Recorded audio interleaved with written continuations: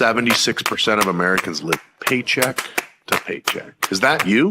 I'm the CEO of 5 different companies. I wasn't born into it. We lived on welfare, but I wanted more. I created this show, The School of Wealth, helping people escape poverty like I did. I want to help you out of that consumer debt. This is Brother Kim Carter. We just want to say thank you for reaching out to us, meeting our concerns and what we need to do. And I know you guys working hard on your side for the Carters, and that we are looking forward to be financially free. Teach you how to increase your credit score. Teach you how to make more money at your current job or your current business. And then how to actually create generational wealth without changing your lifestyle. It is going to be a lot of fun. This is not like regular school. Hey, I'm Rondi Lambeth, and this is the School of Wealth.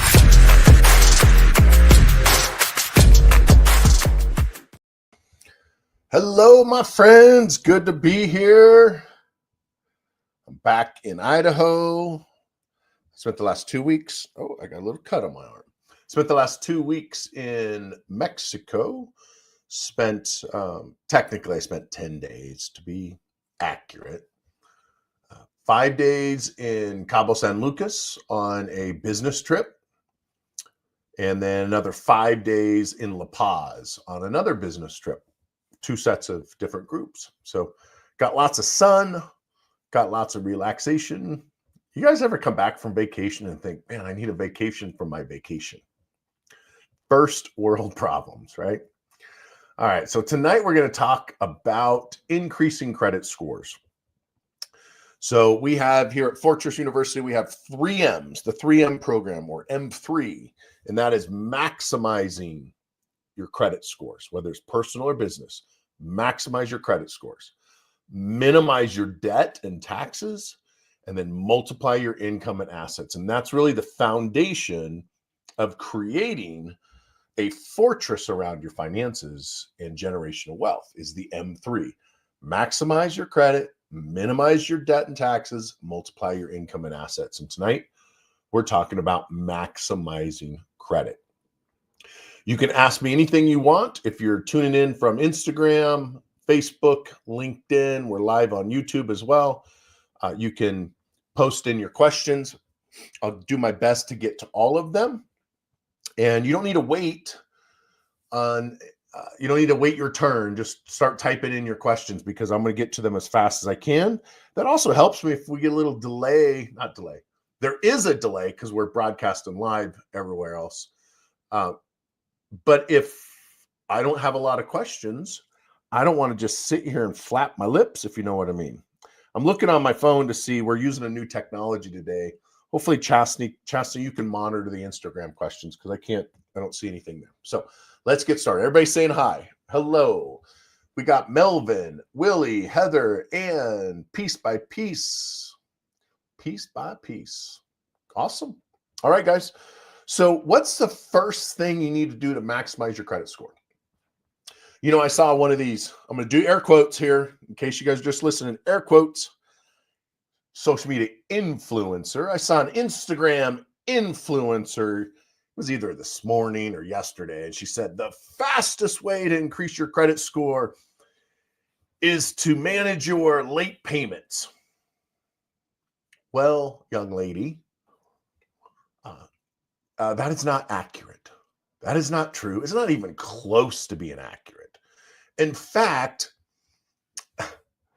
how long you've had your credit open is almost the same impact as whether you pay your bills on time or not. Most people focus on the late payments and ignore everything else. But in fact, only 17% of your credit score, 17% of your credit score has to do with the negative payments, the late payments, the collections, the charge-offs. Now that 17% is a big number, and it could prevent you from getting a house, but it's almost always not the score that prevents you from getting the house or the car. In fact, credit scores never get you approved for anything. Let me repeat that. Credit scores, your credit score will never get you approved for something. They only get you denied. See, your credit score will open the door for you to qualify for a loan or a credit card. They will never get you approved for a loan or a credit card. And I rarely say that word never, and I will say it again. Your credit score will never get you approved for a loan or a credit card. Credit scores only get you denied, and they only get you into the door. You still have to qualify for the loan or the credit card. Case in point, if you had an 850 credit score and you wanted to go buy a new house but have no income, no savings, no down payment, no history of ever owning a home, guess what? You're not going to get a 30-year mortgage, regardless of your credit score. On the other side, if you have a 400 credit score, it's absolute trash. Or you have no credit score, zero. You followed Dave Ramsey's advice. You cut up your credit cards, you paid off your car, you pay cash for everything. You have envelopes of cash, and that's how you manage your money, which is a great way for some people. And you have no credit score at all. You will be approved if you have income and the ability to pay back the loan for the house. So if you have no income and no ability to pay for a mortgage with an 850 credit score, denial. If you have no credit score but the ability to pay the loan, you will get approved. See, there's no law, there's no policy that says you have to have a credit score to get a mortgage. Now, let me break that down. If you have a 450 credit score and income, you can't get the mortgage because you have to have a minimum credit score. But if you have no credit score, there is no minimum. Isn't that interesting? Let that sink in. If you have a credit score, there's a minimum. Usually it's 580, depending on the type of loan, 640 for conventional, 740 for stated income.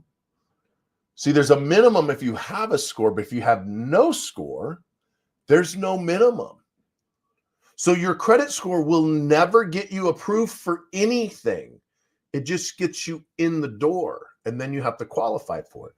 Now, you could argue and say, well, I can get a credit card and never prove income. That is true. Your credit score will get you in the door, but then the bank is looking at other factors. Yes, you don't have to provide financials. Generally, when you apply for a credit card, they're going out on a limb. They're taking a risk on you. That's why you're paying up to 30% interest with a credit card. So you don't always have to provide income. The last four or five car purchases, I'm trying to think, but we'll just call it the last 5 car purchases that I made, I have not provided income. In fact, the last one I provided income was almost $1 million 45-foot diesel pusher bus. I think that was the last time. Not even my airplane did I provide income to purchase it. But the bus I did, because that's a recreational, very expensive vehicle. But all my vehicles, my Ferrari, all the other vehicles that I have control of that I don't own, because I own nothing but control everything. These vehicles that I control and use on a regular basis, I did not have to provide income at all. Now, I had to have a base credit score to get it, but my credit score was not what got me approved for these loans. Not at all. What got me approved for the loans was my credit history of many car loans with never having any late payments or defaults. Now, does that mean I've never had a repossession? No, that doesn't mean that. I've had a repossession. It's just been a really long time, and I had it removed from my credit report. So the first thing we want to do with building a solid financial foundation is we want to maximize the credit score. So back to what this influencer said. She said the number one way and the fastest way to increase your credit score is to manage your late payments. Now, why would she say this? Does she truly believe that? No, I don't think she does. I don't think she's that ignorant to believe that. I didn't say stupid. I said ignorant, as in doesn't know any better. I think she knows better. So why would this woman who's got millions of followers be giving them this bad advice? It's because she has a credit repair company that focuses on not education, not on adding trade lines, not on teaching you how to increase your credit score, but rather disputing items for a monthly fee. And so she's saying this so she can get more monthly fee credit repair clients. See, the fastest way and the most impactful way of increasing your credit score is paying down your credit card balances, credit utilization rate, not debt to income ratio. I hear this on a regular basis. My credit's low because of my debt to income ratio. No, your credit score has nothing to do with your debt to income ratio. It never will have anything to do with your debt to income ratio. That's like you saying, my credit score's low because I got a shaved head and bankers don't like sexy 6'4", 250-pound men with a beard and a shaved head. That's ridiculous.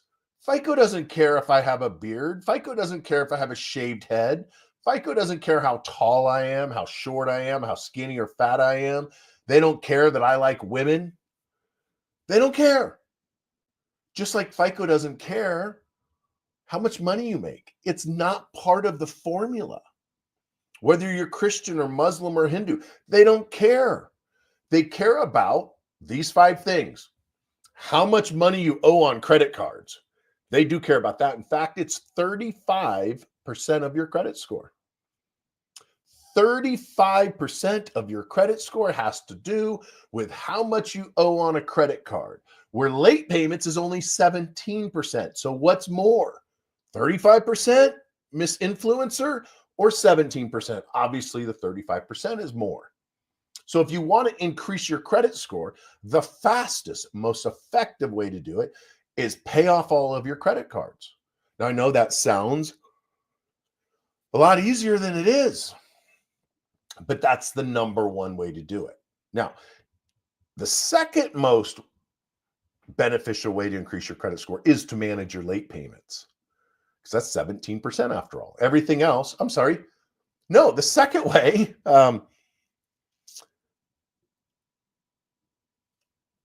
35% of your credit score has to do with payment history. I was getting so excited here. I messed that all up. And that would have been a perfect clip for social media content, but I was getting all excited. So I got to start over. 35% of your credit score has to do with your payment history, but only half of that has to do with negative payment history. So that's the 17%. So 35% has to do with payment history, but only half of it is negative payment history. The most impactful thing on your credit score is your credit card balances, and that's 30%.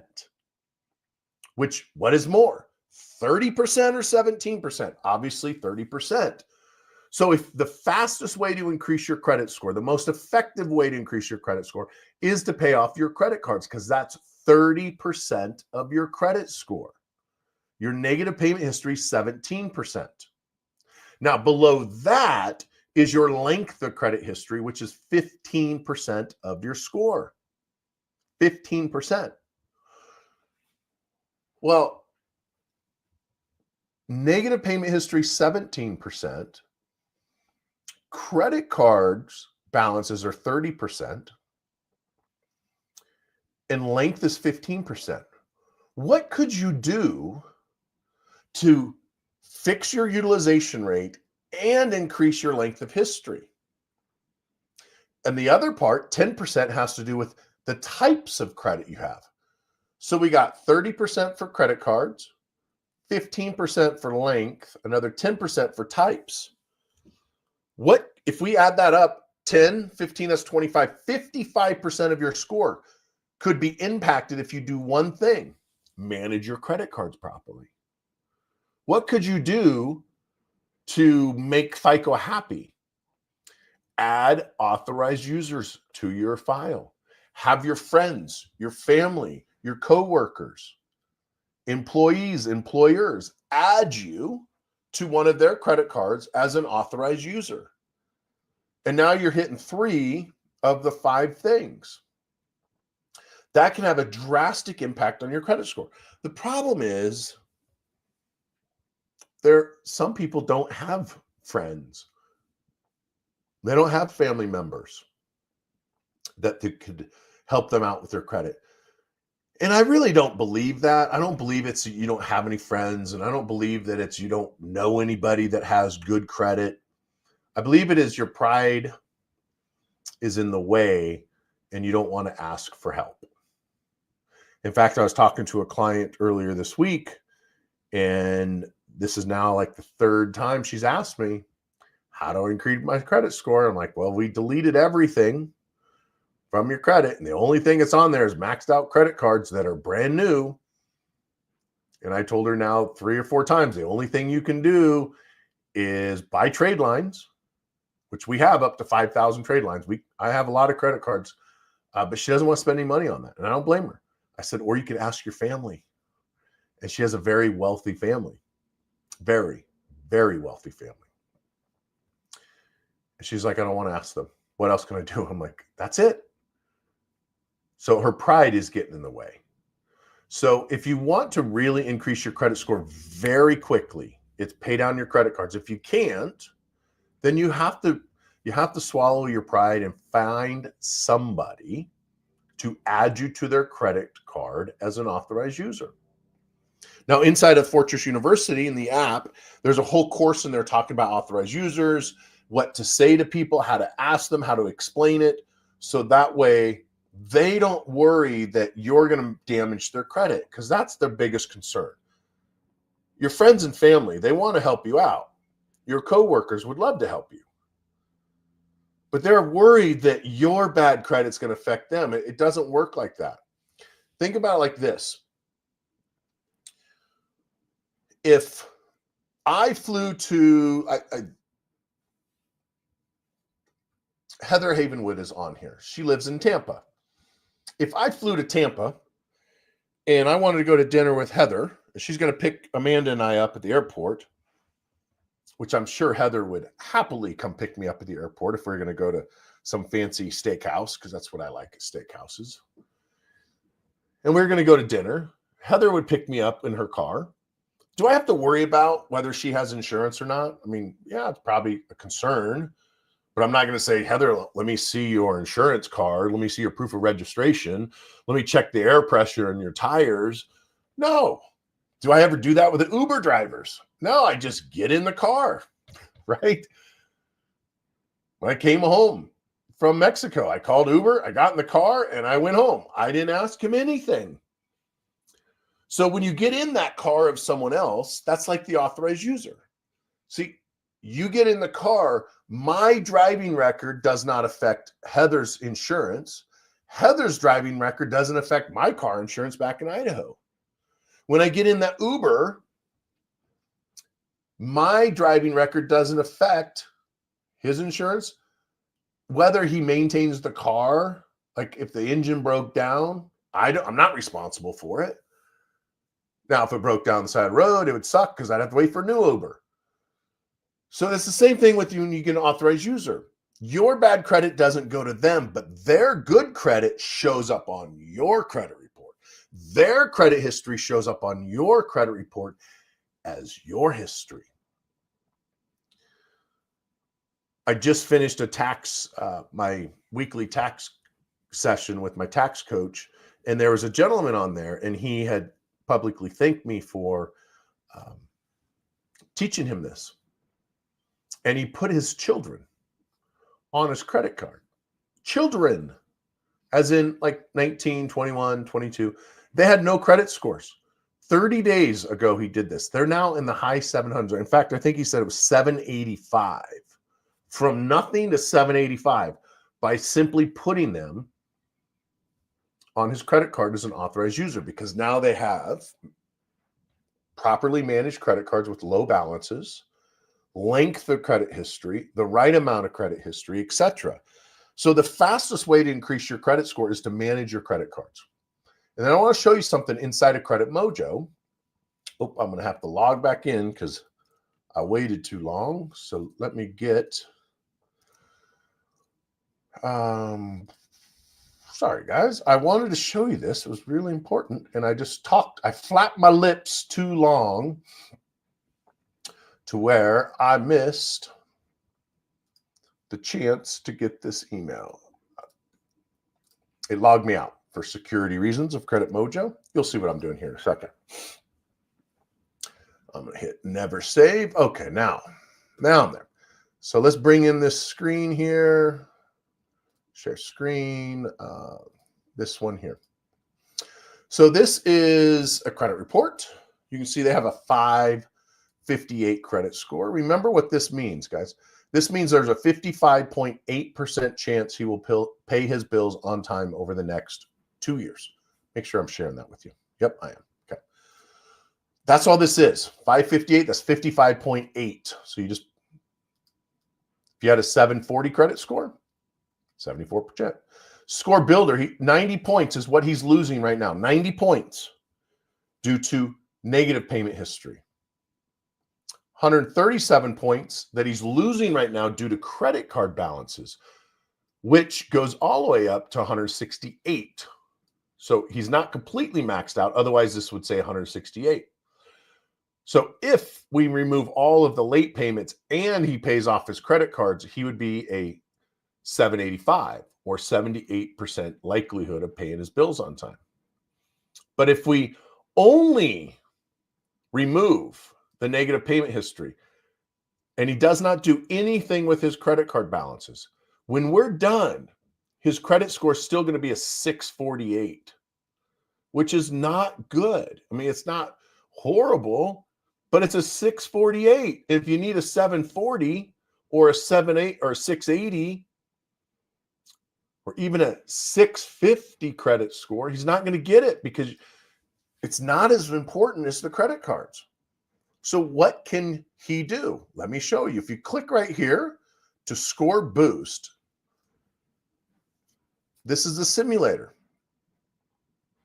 If he went and maxed out the remaining balance of his credit cards, he spent $3,900. Look what happened to his credit score. It'd go down to 527. He'd lose 31 points. He's right here. If he paid off his credit cards today and they reported tomorrow, he'd have a 695 credit score with not removing any late payments. Now, he'd have to pay off $14,000 of credit card debt, and that's a lot of money. But when it comes to what's the most impactful way to increase your credit score in the fastest way, it's pretty simple. It's paying off your credit cards. Look at that. He now qualifies for a mortgage without touching anything on the late payments. Now, if he's got charge-offs with balances and collections, that's a different story. His score is high enough for him to qualify, but he's not going to go through automatic underwriting. Here's something else I want to show. If you scroll down, see this button right here? It says Best Paydown. This is the day that Chase reports. They report on March 8th. So if he pays off his credit card today or tomorrow, then on March 8th, if he refreshed his credit score, it would be higher. He needs to pay this one down by the 10th, this one down by the 30th. So what happens if he pays this on the 11th and this one on the 11th? Then it's not going to report until next month because they already reported. They report on the 8th of the month. If you pay your credit cards on the due date, FICO doesn't know they're paid off. So realistically, he could be paying off his credit cards in full every single month. He's just not paying them on the right date. And I see this all the time where clients will say, hey, why is my credit score not going up? I'm like, your credit cards are maxed out. No, they're not. I pay them off every month. It's because they're paying them on the due date, not the report date, which is what Credit Mojo tells you. These are the report dates. So if he really wanted to increase his credit score right now, 137 points, just pay off all the credit cards and pay them off on these dates. That's how you increase your credit score quickly. Now, what if you don't have, you could say, well, I don't have $14,000. No, you could go to a company like Prosper, Rocket Money. You could borrow money from a friend, a family member. You could do some type of cash advance loan. I don't recommend those, but if that means your credit score is going to go up 140 points, maybe it's worth it to do a hard money loan for a week or 30 days. So you can borrow or get business credit. If you establish business credit, business funding, you can now get a loan on the business side or even a loan on the personal side. See, a loan doesn't affect your credit score much. It's very, very little. So if you got a $14,000 loan, FICO's not going to really care about that. And then if you took that $14,000 loan and you paid off the $14,000 of credit card debt, your score will skyrocket. And now you can get 0% credit cards to pay off the $14,000 personal loan. And now you got 18 months of no interest. And as long as you don't use those cards again and get into more debt, then you're winning. Hope you guys help. Hopefully that helped. All right, let's see. I'm going to get into some Q&A now. Can you explain what's going on with the CFPB? I can. CFPB is a private Gestapo force that was created by Elizabeth Warren that is funded by a private banking cartel. It is not part of the U.S. government. They are not U.S. government employees. And this was a literally Gestapo force that is financed by the Federal Reserve to regulate and punish banks that are not falling in line. And it's gone outside of just the banking. It was supposed to be just banking stuff. But like the CFPB came after Facebook. What does that have to do with financial protection? So CFPB is Consumer Financial Protection Bureau. What does Facebook have to do with financing? It doesn't. So the CFPB was going after mom and shops. They were closing down companies, throwing people in jail, showing up with AR-15s and terrorizing thousands and thousands of business owners. And the Trump administration, through a lot of people saying, look, we're being terrorized by this unregulated, financed by a banking cartel agency. We got to shut it down.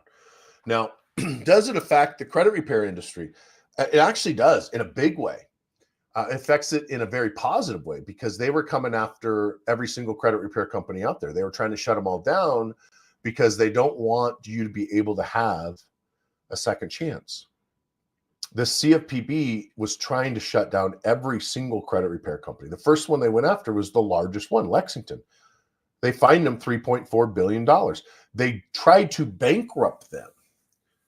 They made it so it's illegal for a credit repair company to use a telephone to offer free consultations. That's what Lexington Law got fined for. $3.4 billion for offering free consultations over the phone.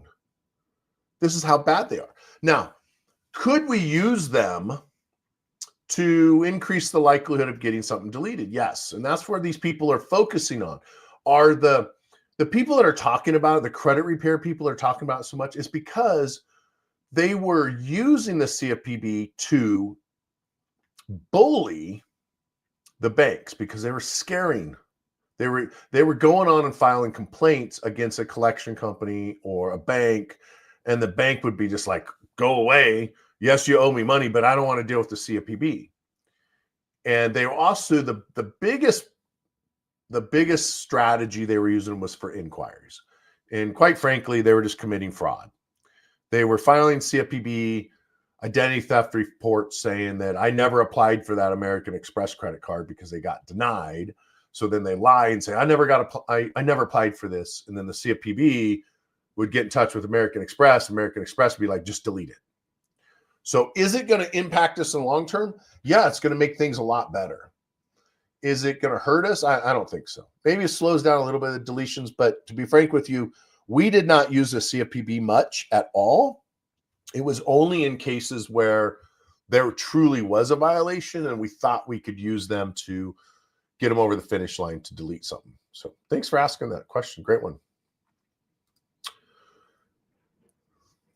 I was talking a lot last fall about the credit scoring changing, and it was to go into effect January 1st, 2025 on mortgages. And for some reason that got postponed. And FICO lost the lawsuit. The U.S. government lost the lawsuit against Vantage.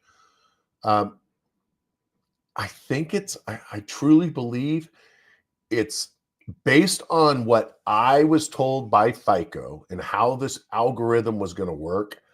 I think it was going to completely destroy the real estate market, because for 50% of Americans, it was going to crush their credit scores. For business owners and people that max out their credit cards and then pay them off in full, it was going to completely destroy their credit. And I think that would have been really bad for the economy, because now you have people that have money, have great credit, have a credit score 150 points lower, and now it just messes everything up. So I think for that reason, they postponed the credit score law change. What's this? Yo, look at this. Thank you so much, Troy. I appreciate that. Took you from the 500s to 820. You don't own a home, let's get you in a house. Get you in the house. Or at least get you some buying some real estate. You don't need to necessarily live there. Let's see. I'm just scrolling down through some of these. What's the repercussions of Experian being sued? Will other bureaus be sued? You're talking about the CFPB. Back to that. Are there more likely to delete items in investigation? I kind of answered that. Credit bureaus get sued 4,000 times per month. So if you take 4,000 divided by 20, because there's 20 business days during the month, credit bureaus get sued 200 times a day. 200 times a day. So the fact that the CFPB went after Experian, it's if you didn't know any better, you think that's a big deal. They get sued all the time. It's so really wasn't that big of a deal. The media was just covering it.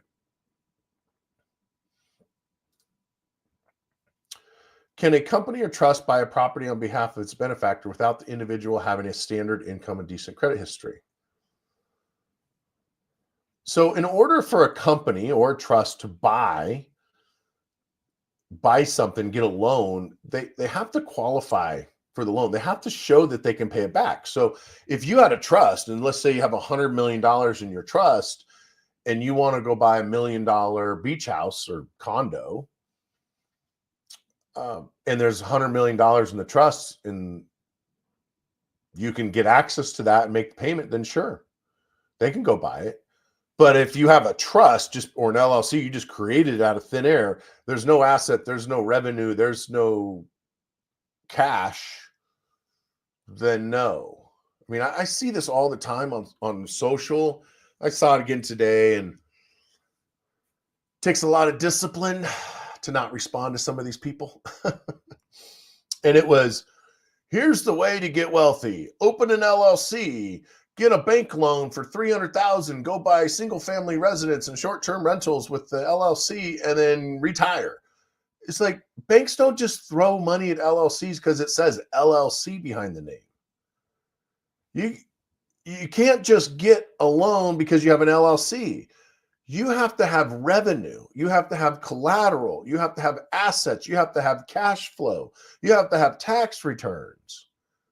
Now, can you get loans without those things? Sure. They're called MCA loans, merchant cash advances.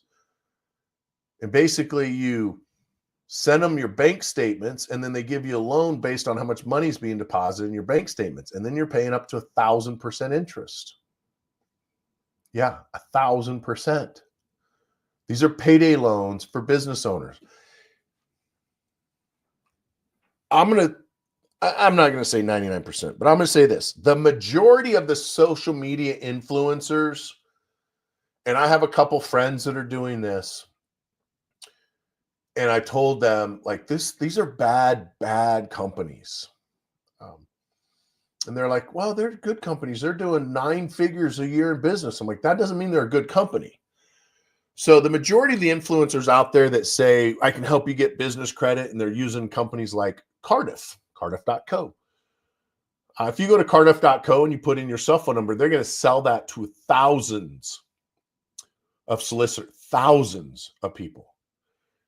And these guys will call you and text you and harass you and try and lie to you and say, I can get you $100,000 in the next 24 months. If you are dealing with somebody like that, you should run. I'm not going to say it's a scam because it's legal what they're doing, but you're going to get ripped off. And essentially the way it works is if you deposited last month $100,000 in your bank account through your business and you made no money, you just deposit 100 in and you spend 100. These guys will loan you $100,000 at 300% interest over the next 3 years. So now what does that mean? Now you got to pay them back 300,000. They're going to take they'll take $3,000 a day out of your bank account until that 300,000 is paid back. And they'll say stuff like, hey, it's only a 12% interest loan. $100,000 in the next 24 hours, it's only 12.5%. And then you read and you're like, oh, that's great. And it's a daily payment. So that way you can lower how much interest you're paying back. And you're like, great. And then you sign it and then they give you the money. And the next day they take out $3,000. You're like, what happened? Oh, it's 12% interest a day. Yeah, a day. That's an MCA loan. That's what most of these social media people are promoting when they say, I can get you business funding. It's garbage, guys. I'm not going to say it's a scam because it's legal, but you will feel scammed. You will feel ripped off, and they will flat out lie to you.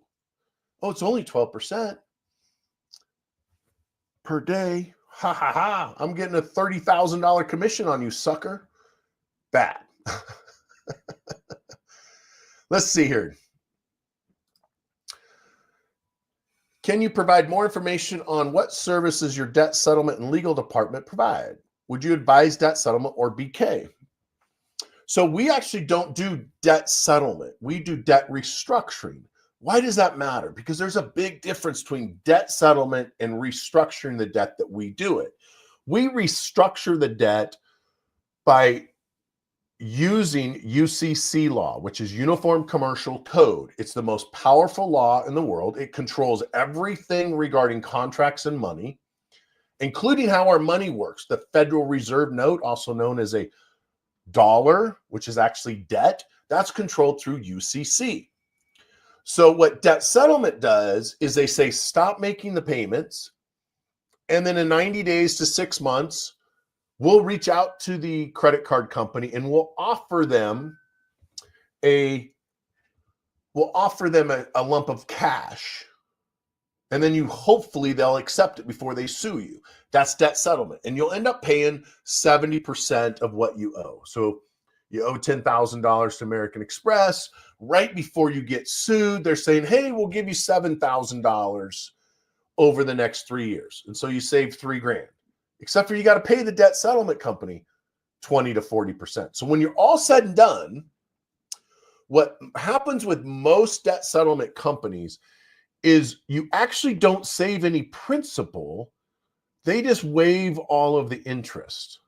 So does it help you in the end? Sure. You save the 20, 30% interest. And yes, you can get out of debt much faster because there's no interest, but it completely destroys your credit. And you will most likely be sued. Now, they take care of the lawsuit generally, but that's the debt settlement. What we do through debt restructuring is you cannot be making payments. I'm not going to tell you not to make a payment, but you have to be in default for a bank to settle or even talk to us. So once you're about 3 to 6 months past due, we would then reach out to them, sometimes text message, sometimes email, sometimes phone number. With Chase, we have the ability now, we can just send them an email, and within 7 to 15 minutes, we have a settlement of generally 50% of what you owe. So go back to the other case. With debt settlement, you're going to pay back 100% of the principal, essentially, and save the interest and destroy your credit score. With restructuring, you're going to save 50 to 70% of the principal, 100% of the interest. And because we restructured the debt, the long-term credit impact does not happen, because if you're on a payment plan, that is a new loan. So they can't continue to report you late because it's a new loan. We restructured the loan. So the late payments from the past stop reporting, and they can't report you late on the new one because you're making the payment. So that's the difference between debt settlement and what we do through debt restructuring.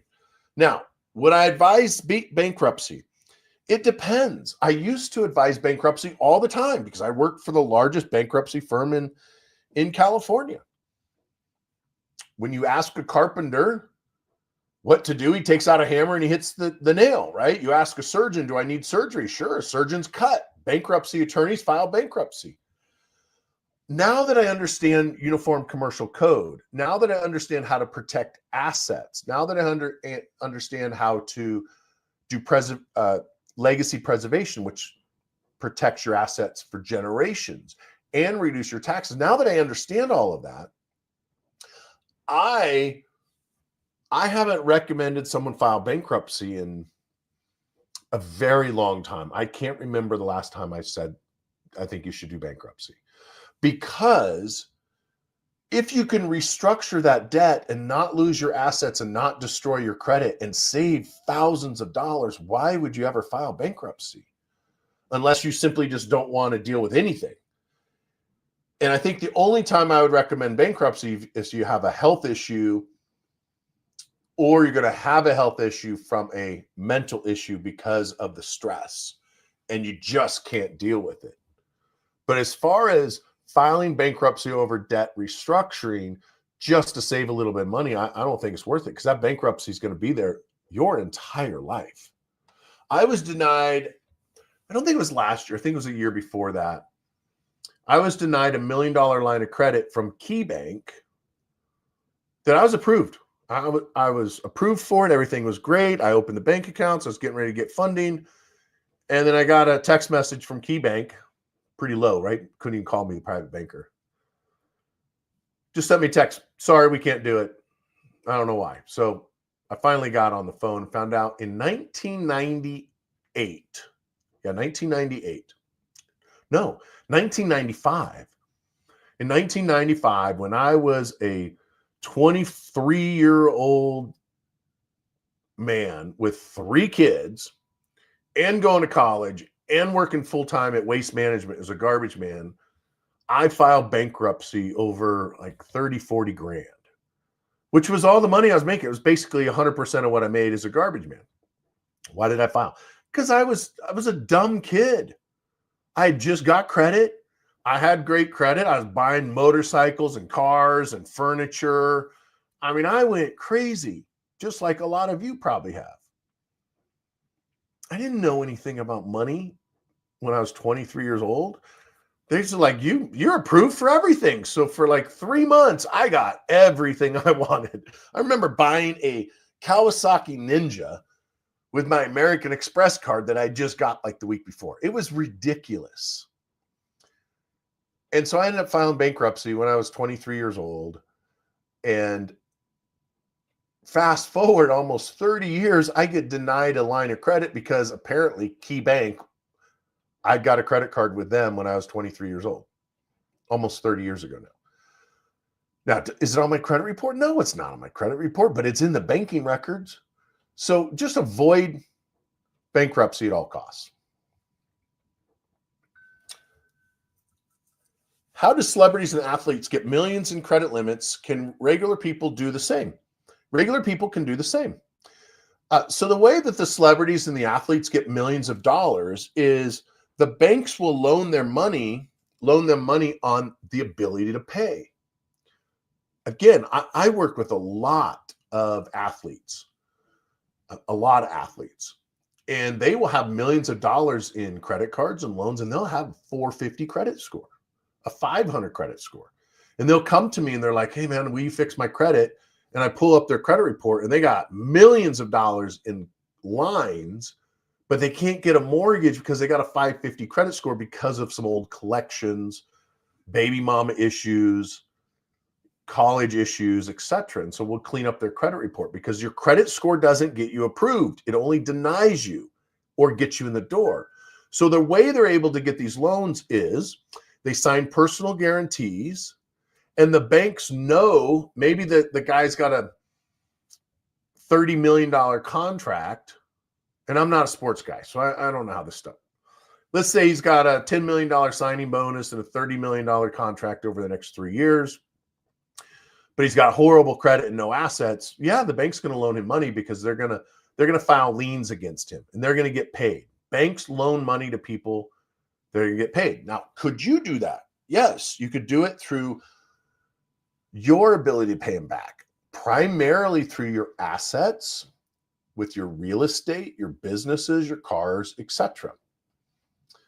In the business credit course, I teach you how to use one bank loan to open another bank account, fund the account with $50,000, and after 30 days, taking that 50 grand out, the loan, opening a new bank account, and within about 6 months, you have 5 different bank accounts, all rotating the same $50,000 that you borrowed.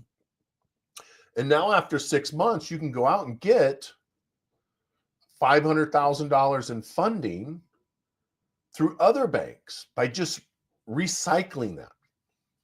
Now, you can't say it's income because it's not. And so you have to be really careful. And that's in the course. I teach you what to say so you're not breaking the laws and committing fraud. You can't say I have $50,000 a month of revenue because it's not revenue. So that means you have to do loans that don't ask if it's revenue, but it's based off of deposits. What's the link to buy trade lines? It is fortresscreditpro.com/trade lines.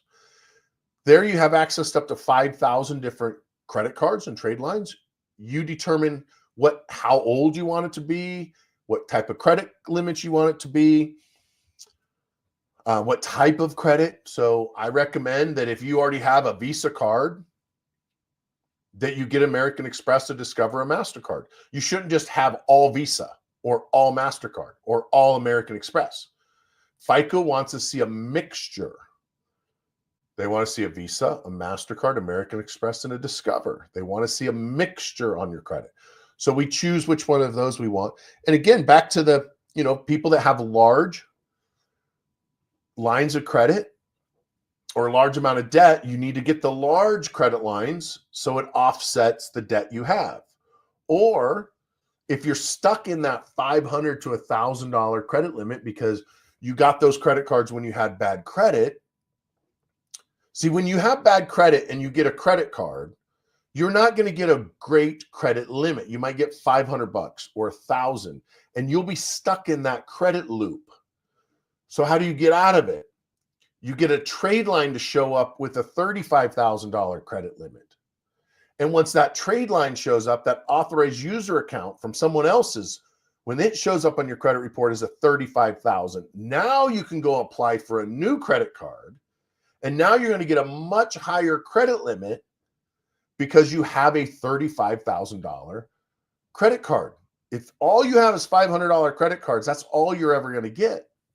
Even if your credit score is 800, because you have never showed the bank that you're responsible to manage something over 500.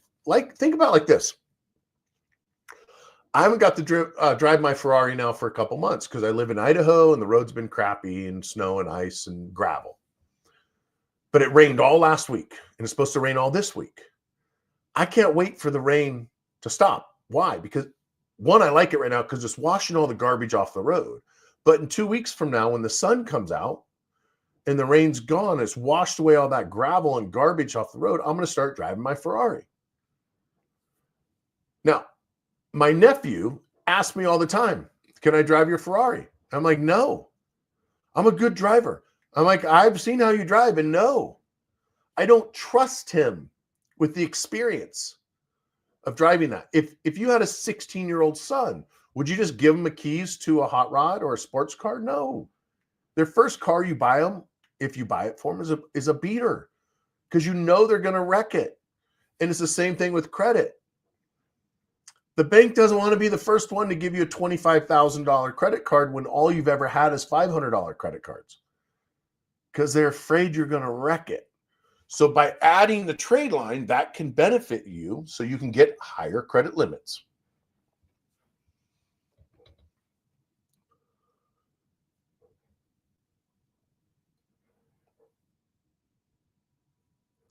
Do you have your children use the credit card to get the benefit, or being on the account is enough? Yeah, I would not. I've had lots of people on my credit cards, celebrities and athletes and high net worth people, clients. I never give them the credit card. And I recommend that you never, if you put someone on your credit as an authorized user, don't give them the credit card unless they're going to use it, of course. And then with these credit card companies, Capital One, for example, you can limit how much they can spend.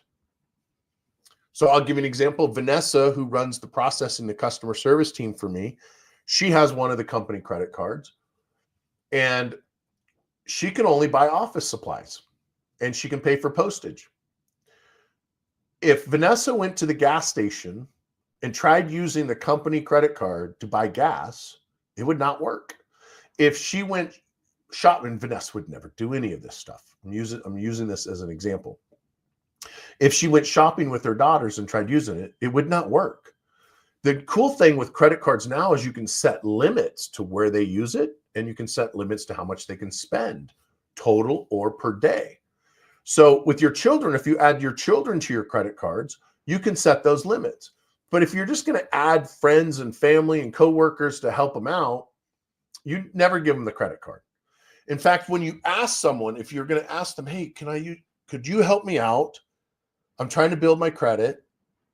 I know this credit expert said if you added me as an authorized user, all of your credit history on that card would show up on my credit next month. My credit score would skyrocket. It would really help me out. I don't need the credit card. In fact, in almost every occasion, when you do this, there's a button, issue card or not. You don't even have to issue a card. So if you don't check the button to issue the card, the credit card company doesn't even send a card. All they do is they now just start reporting that information on their credit report. So no, you would never, generally, you don't want to give someone the credit card that they're authorized user, because if they went and maxed it out, you're responsible for that debt.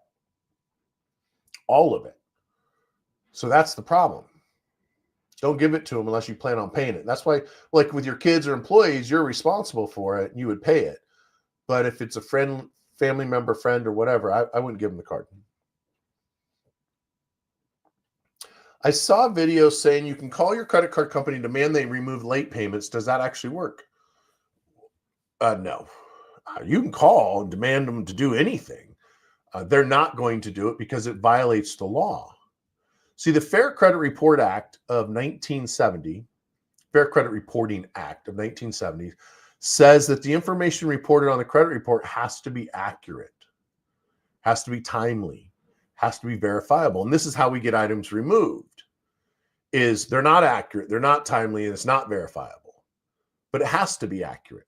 So if you were late last month and you call up and say, American Express, I demand you remove this late payment, they're going to be like, well, you were late. I don't care if I was late. I demand you remove it.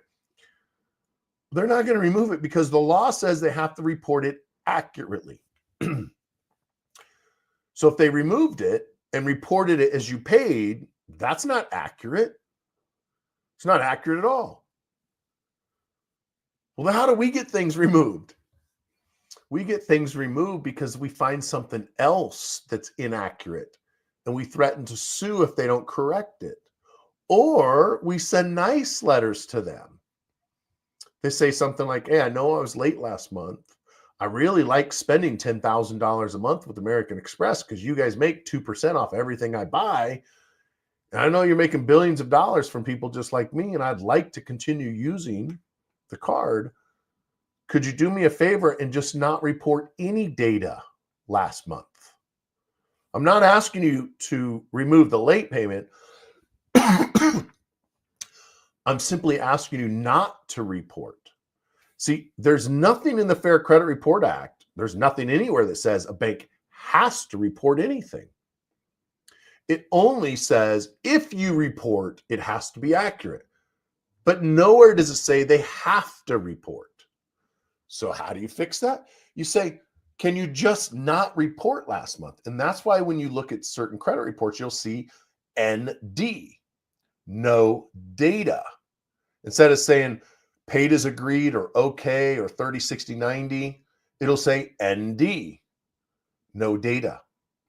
That means we got them to remove the late payment without violating the Fair Credit Report Act. So does it work to demand the bank removes it? No, demands don't work. Now, if you have proof that you weren't late, can you demand it then? Sure. Does that mean they're going to do it? No. But could you force them by suing them? Yes. And sometimes that's what you have to do. I got a client right now. We have 2 lawsuits. One is a bank reported her late a year after she sold the house. We have another one, Chase, is reported her late 2 years after the lease ended on the vehicle. And they're refusing to remove it, which is cool because now we have 2 very solid cases that's going to turn into a little bit of cash. So thanks for the question. All right, David Caps, what about Debt Helper that I'm using when they're not? Okay. There's a lot of things I'm really good at in life. Reading and talking is not one of them. So what about Debt Helper? I don't know what Debt Helper is, but I'm assuming that's some type of company that I'm using where they're nonprofit. We only pay them $75 a month for their fee, and they work directly with credit card companies where interest rates have been reduced from 22 to 29 to 8 to 10. It'll take 42 months to pay back per balances, and it wasn't debt settlement or bankruptcy. Okay, I got you. I got it. So it's probably a nonprofit that credit card companies own. So what the credit card companies figured out in 2008, when the market crashed, the world collapsed, the financial world collapsed, people were filing bankruptcy, people stopped paying, but there were a lot of good people that were afraid to file bankruptcy. They really didn't want to. Everything around them collapsed, but not necessarily them personally. And so the banks figured out something like, wait a minute, if we go start a nonprofit debt consolidation company, we could make a lot of money and help people avoid bankruptcy or help people from defaulting. So most of these nonprofit debt reconstruction or debt consolidation companies, it's actually the credit card companies. And what the credit card companies have done is they created a nonprofit. And so they're negotiating with themselves. So instead of you going late and ruining your credit and wiping all the debt out or saving 70% of the principal and 100% of the interest, you sign up with Debt Helpers, which is a nonprofit, which is probably owned by Bank of America or Chase or a combination of those.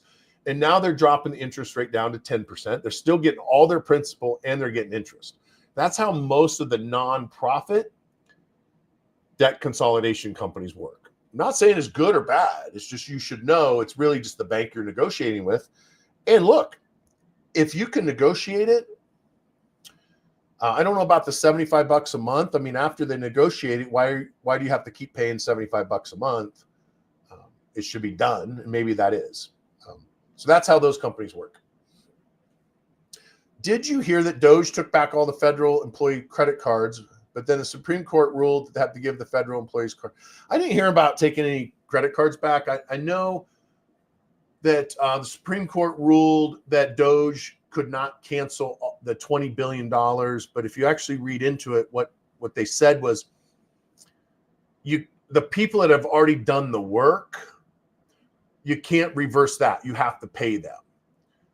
But the people that have not done the work yet, that have not followed the contract, you can cancel those payments. But I don't know about so Doge gave him a credit card with $1 limit. That's funny. It's kind of like in California where if it was under $991 and you stole it, it was a misdemeanor. But if it's over $1,000 is a felony. So there was an Asian guy because they're the smartest people out there. This guy went and he made everything over $1,000 in the convenience store with a coupon for a discount at the cash register. So anytime anybody stole from him in San Francisco, it was a felony. So give him that. Should I probably do your program, Graham? My credit's still holding at 558. Want to take the other one?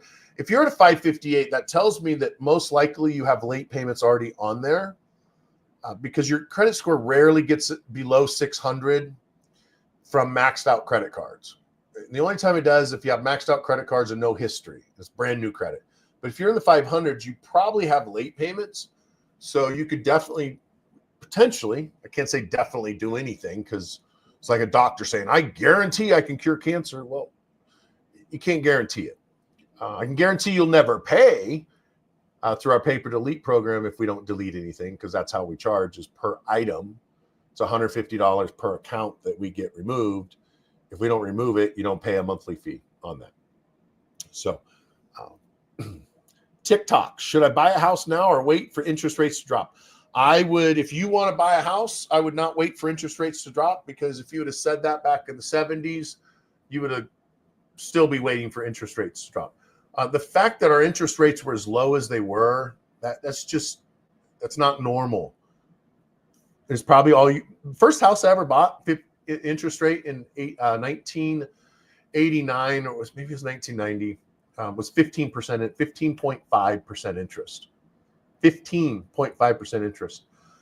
So I would, if you're ready to buy a house, I would not wait for interest to drop, because if it drops a half a point over the next 12 months and you lost 20% appreciation, which is the last reason you ever buy a house is for appreciation. But if you go buy a $500,000 house and it appreciates at 10%, you made 50 grand. But if interest rates drop, you might have saved $500. So when people say to me, I'm going to wait to buy a house because it's too expensive, I respond with, compared to what?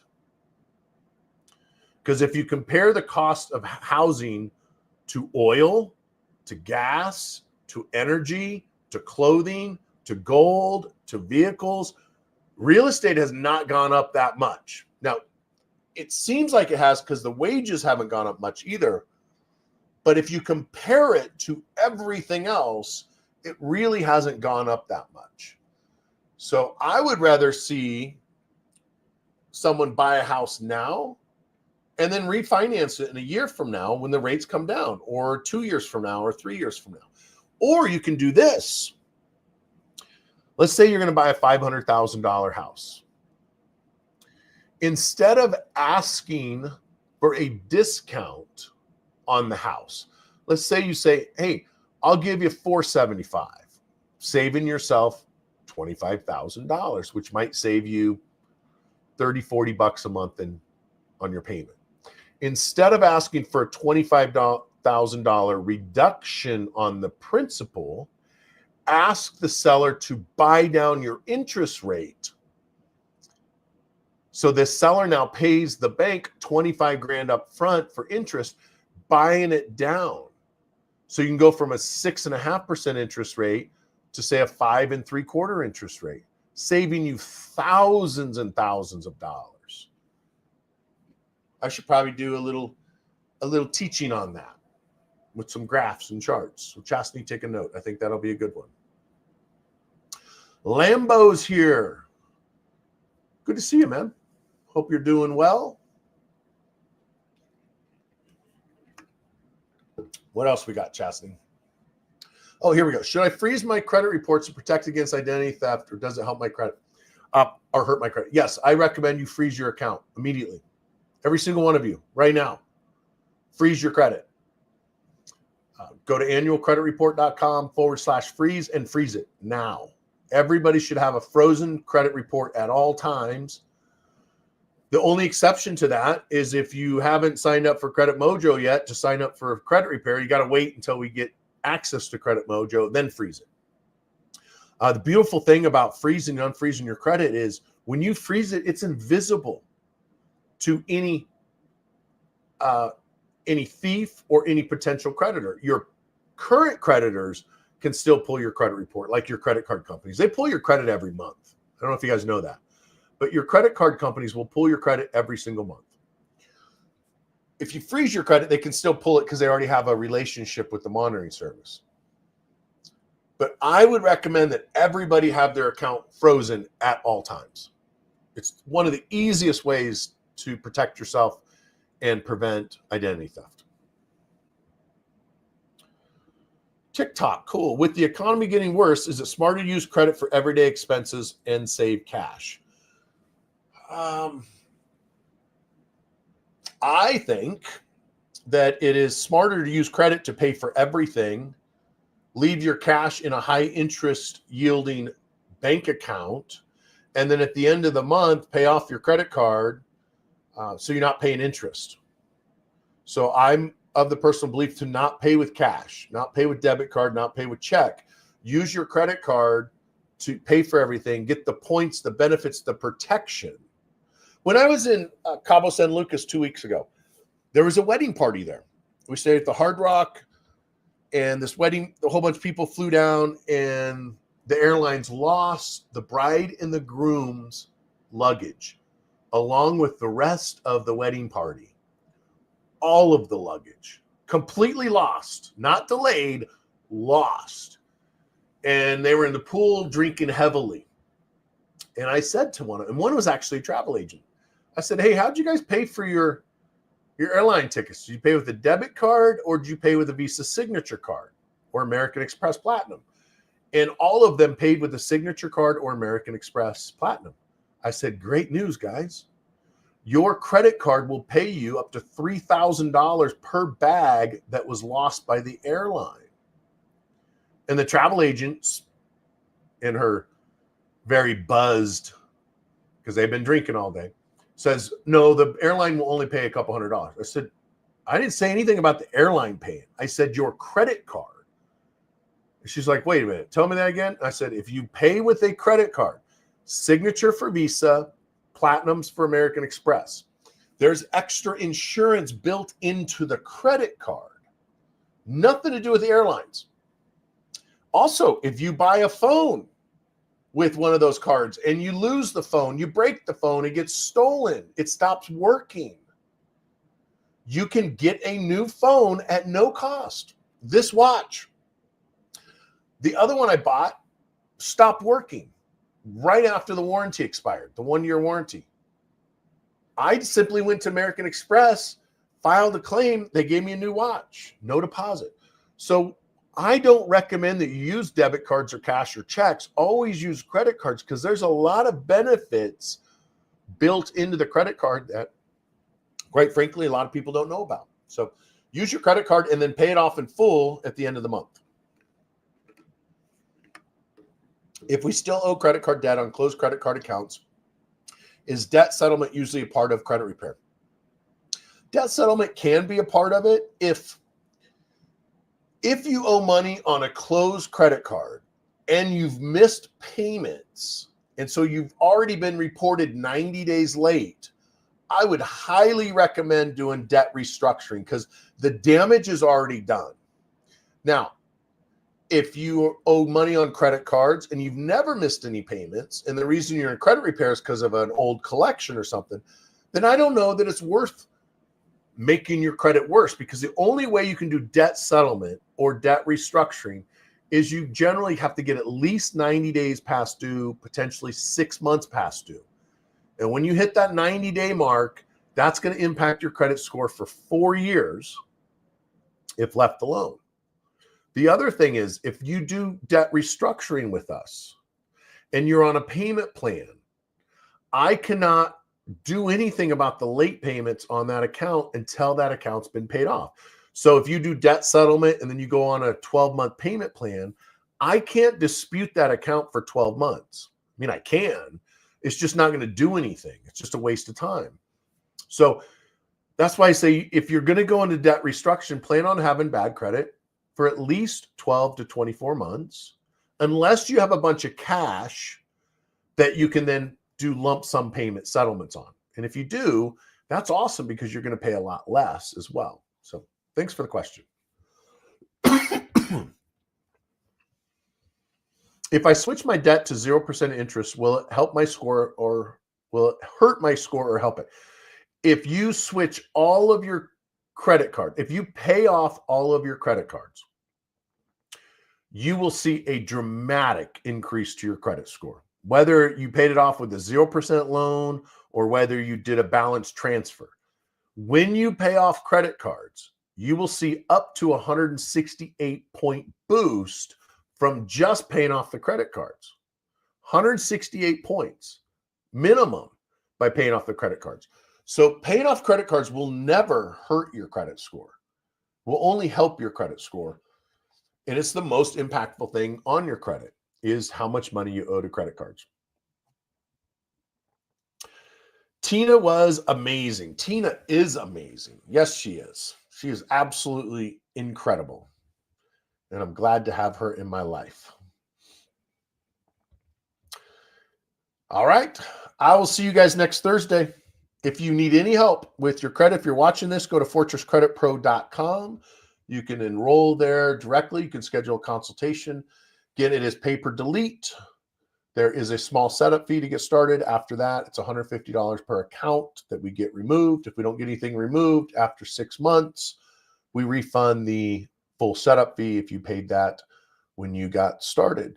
If you need help with debt reduction, you know where to find me. Or if you need help, if you make over $100,000 a year as a self-employed individual and you want to learn how to pay little to no income taxes, I can show you how to do that. Anyway, see you next Thursday.